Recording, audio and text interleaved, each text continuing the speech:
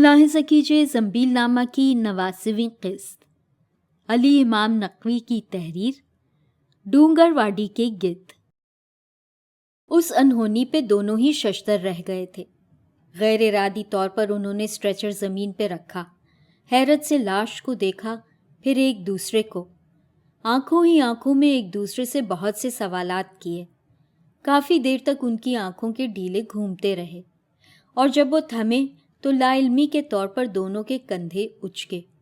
Back وقت دونوں نے گلے کی رگوں پر زور دے کر جبڑوں کو دائیں بائیں کھینچا، اور پھر ان کی نظروں نے ڈونگر واڈی کے گھنے درختوں کا طواف شروع کیا۔ دور دور تک ایک بھی گدھ کا پتہ نہ تھا، اور یہ بالکل پہلی مرتبہ ہوا تھا۔ 2 گھنٹے پہلے اطلاعی گھنٹی بجی تھی۔ 15 منٹ بعد ہی 2 نمبر بگلی کے خدام لاش کو باولی کے حدود میں لینے کے بعد دونوں نے کواڑ بند کیے تھے۔ پھر دروازے کی کھڑکی کھول کر آنے والوں سے متوفی کے قرابت داروں کی بابت معلوم کرنے کے بعد فیروز بھاٹینا نے پوچھا تھا، صاحب لوگ بخشش آپیا؟ جواب میں خادم نے مسکراتے ہوئے 10 کے 2 نوٹ بھاٹینا کی طرف بڑھا دیے تھے۔ اس نے فوراً ہی ایک نوٹ ڈگلی کی جیب میں ڈالا اور دوسرا اپنے ساتھی ہرمز کی طرف بڑھاتے ہوئے کھڑکی بند کر دی۔ اے خدا! ہرمز نے سر اٹھا کر بلند و بالا درختوں کی گھنی شاخوں سے جھانکتے آسمان کی طرف دیکھا، پھر آنکھوں سے بھاٹینا کو اشارہ کیا۔ دونوں جھکے، اسٹریچر اٹھایا اور باولی کی طرف چل پڑے۔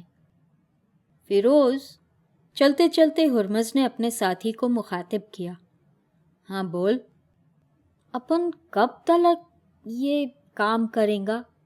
چل چل، مگج نہ دہی نہ کر۔ یار، اپن کا واسطے یہی کام رہ گیلا ہے۔ سوں ویچار چھے؟ کچھ پن نہ تھی، وہ خالی پوچھوں چوں۔ ہاں ہاں، قسم زرتشت کی۔ اس نے آسمان کی طرف سر اٹھا کر قسم کھائی۔ 2 پل دونوں خاموش رہے، پھر بھاٹینا بولا، دیکھ ہرمز، پارسی پنچایت اپن کو پالا، آپ رو نصیب سالو کھوٹو ہتو، سمجھا کیا؟ ابھی تو بتا۔ ایک سٹوری چھے باپا، کچھ جاستی نہیں، پر سچی بولوں ابھی اپن کنٹال گیا، ایک دم سالا کنٹال گیا۔ اور پھر ان کی باتوں کا سلسلہ ادھورا رہ گیا۔ باولی آ گئی تھی۔ ہرمز کی پیر کی ایک ہی ٹھوکر سے باولی کا دروازہ کھل گیا تھا، اور دوسرے ہی پل دونوں لاش کے سرہانے اور پائنتی پر کھڑے تھے۔ دہی میں لپا لاش کا چہرہ بالکل سفید تھا۔ ہرمز نے لاش کا سرہانہ ایک ذرا سا بلند کیا، بھاٹینا نے کفن کھینچ لیا، پھر باری باری دونوں نے لاش کے پیر چھوئے، ہاتھوں کو آنکھوں اور سینے سے لگایا اور کھڑے ہو گئے۔ ستر پوشی کی خاطر بس ایک رومال کستی سے لاش کی کمر پر باندھ دیا گیا تھا، جسے انہوں نے جوں کا توں رہنے دیا تھا، اور پھر دونوں لوٹ گئے۔ اپنے کمرے میں پہنچ کر دونوں میز کے آس پاس پڑی کرسیوں پر بیٹھ گئے۔ تھوڑی دیر بعد ہرمز نے شراب کی بوتل میز پر رکھ لی تھی، اور دونوں اپنا اپنا گلاس بھر رہے تھے۔ پتریل کا ایک ٹکڑا منہ میں رکھنے کے بعد فیروز بھاٹینا بولا، ہرمز، ہاں بول۔ سو لائف چھے کیم تھیا؟ بگلی 1 2 3 4 سالہ اور ہاں اور ارے اور کیا؟ اور میتوں ہوں سمجھیو نتی۔ جو تو پارسی نہ لائف ہاں، اینی جوانی سپر فاسٹ અને બુઢાપો માલગાડી માફક ચલે। હા, ખારો બોલે બાપા, ખારો બોલે، سچی ایک دم کھرا۔ پھر وہ دونوں کافی دیر تک کھرو کھرو کی گردان کرتے رہے اور پیتے رہے۔ کوئی گھنٹے بھر بعد پھر بیل بجی تھی۔ اب بگلی نمبر 4 سے لاش آنے والی تھی۔ او خدائے زرتشت، دارو نہ بندوبست کیدا۔ ہاں چل چل۔ دونوں باولی کے صدر دروازے کی طرف بڑھے تھے۔ ایک مرتبہ پھر دروازہ کھلا تھا، خالی اسٹریچر باہر رکھ دیا گیا تھا، اور کچھ دیر بعد بگلی نمبر 4 کی لاش ان کی تحویل میں تھی۔ آنے والے خدام میں سے ایک نے پھر ایک مرتبہ 10-10 کے 2 نوٹ ان کی طرف بڑھا دیے تھے، جنہیں اس مرتبہ آگے بڑھ کر ہرمز نے وصول کیا۔ دروازہ بند کیا گیا، اسٹریچر اٹھایا گیا اور دونوں باولی کی طرف بڑھنے لگے۔ ہرمز: ہاں بول۔ ایکٹیوز آپرو بھی احمد جاؤنی۔ چلتے چلتے ہرمز رک گیا۔ گردن گھما کر اس نے فیروز بھاٹینا کو دیکھا، پھر کسی قدر درست لہجے میں اس نے پوچھا، آ سوال تمہیں کیم کیدا؟ مروا تو سب پڑشے۔ ہاں خراج بولے، پن مارا ویچار امنا مروانا نتھی۔